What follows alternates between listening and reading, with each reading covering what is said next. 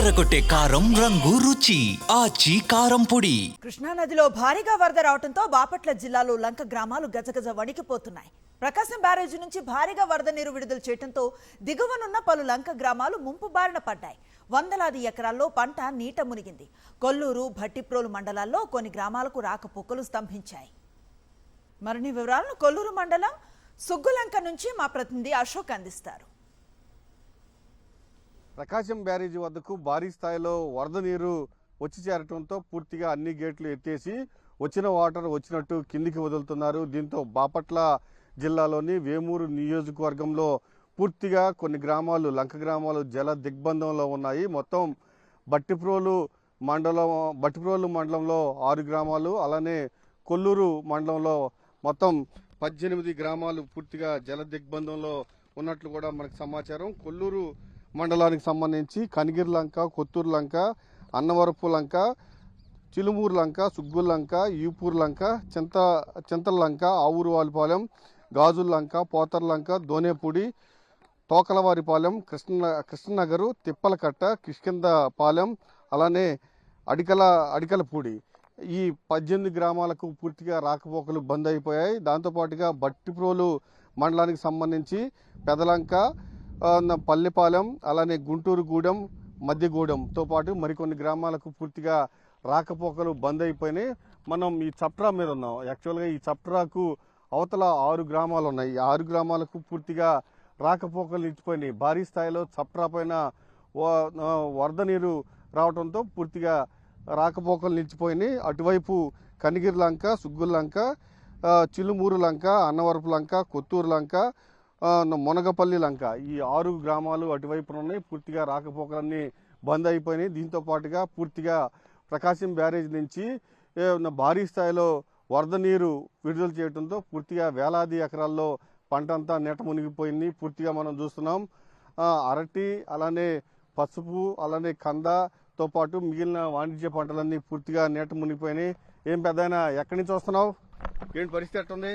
అయితే వరలో మునిగిపోయాం. మునిగిపోయి ఇక జీడియా తీసి మాకు చూడండి, మీరు కూడా చూస్తే. ఏం పంటలు వేశారు? పరిస్థితి ఎట్లా ఉంటది? అరిట్లు, పసుపు, మినుము, కంద ఈ పంటలు ఏమైనా పనికి వస్తాయా? ఏం పనికిరావు, అన్ని మునిగిపోయి. ఎంత పెట్టుబడి మీరేం వేశారు? మినుము చల్లారు 2 ఎకరాలు, మినుము పోయింది. పసుపు వేసి 1 ఎకరం, అది పోయింది. అరిట్లు ఉన్నాయి, అరిట్లో పోయింది. అరే పోయినాయి. మొత్తం ఎంత పెట్టుబడి పెట్టుంటావు? పెట్టుబడి పెట్టాం, బాగానే పెట్టాం పెట్టుబడులు. అటు నుంచి అటు ఎన్ని ఊళ్ళు ఉన్నాయి? ఎటు పైన 6 ఊళ్ళు ఉన్నాయి.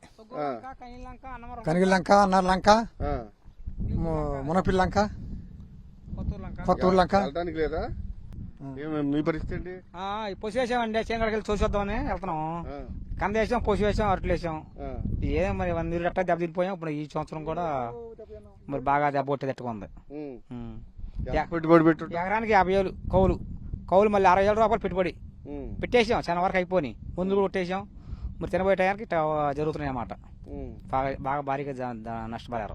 కంద అయితే పరిస్థితి, కంద కూడా నిరుడు పోయింది. ఇయ్యోడు కూడా మరి సగానికి వచ్చినాక పోయింది కదా. మరి ఏ కంద ఎవరు లేదు, ఏం లేదు. ఇక మినుము మళ్ళీ ఒక తడ జల్లాము, మళ్ళీ 2వ తడ కూడా ఇంకేం చల్లుతాం.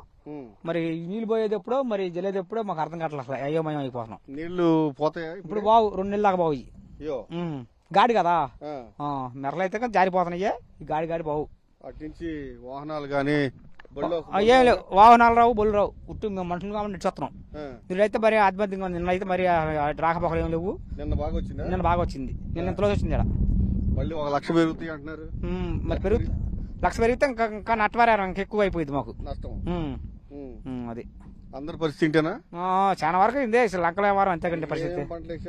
పసుపు వేసాం, కంద వేసాం, అరట్లు, ఈ మినుము కూడా జల్లేసాం. మినుము అసలు బండి అసలు ఏమి మొక్కల వల్ల కుళ్ళిపోతాయి. అది జరుగుతుంది. ఒక్క పంట కూడా చేతికి వచ్చే పరిస్థితి, ఒక పంట కూడా చేతికి వచ్చే పని లేదు. మునిగి నీళ్ళ మురగ అయితే కొంచెం అరట్లు బొట్లు అంటే కొంచెం ఉపయోగపడతాయి.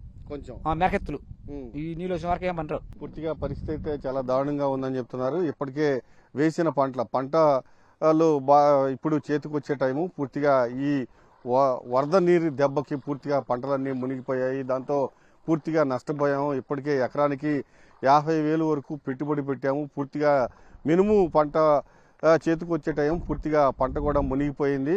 పూర్తిగా అన్ని పంటలు దెబ్బతిన్నాం. గత ఏడాది కూడా పూర్తిగా వరదలు వచ్చాయి, అప్పుడు కూడా దెబ్బతిన్నాం. మళ్ళీ ఇప్పుడు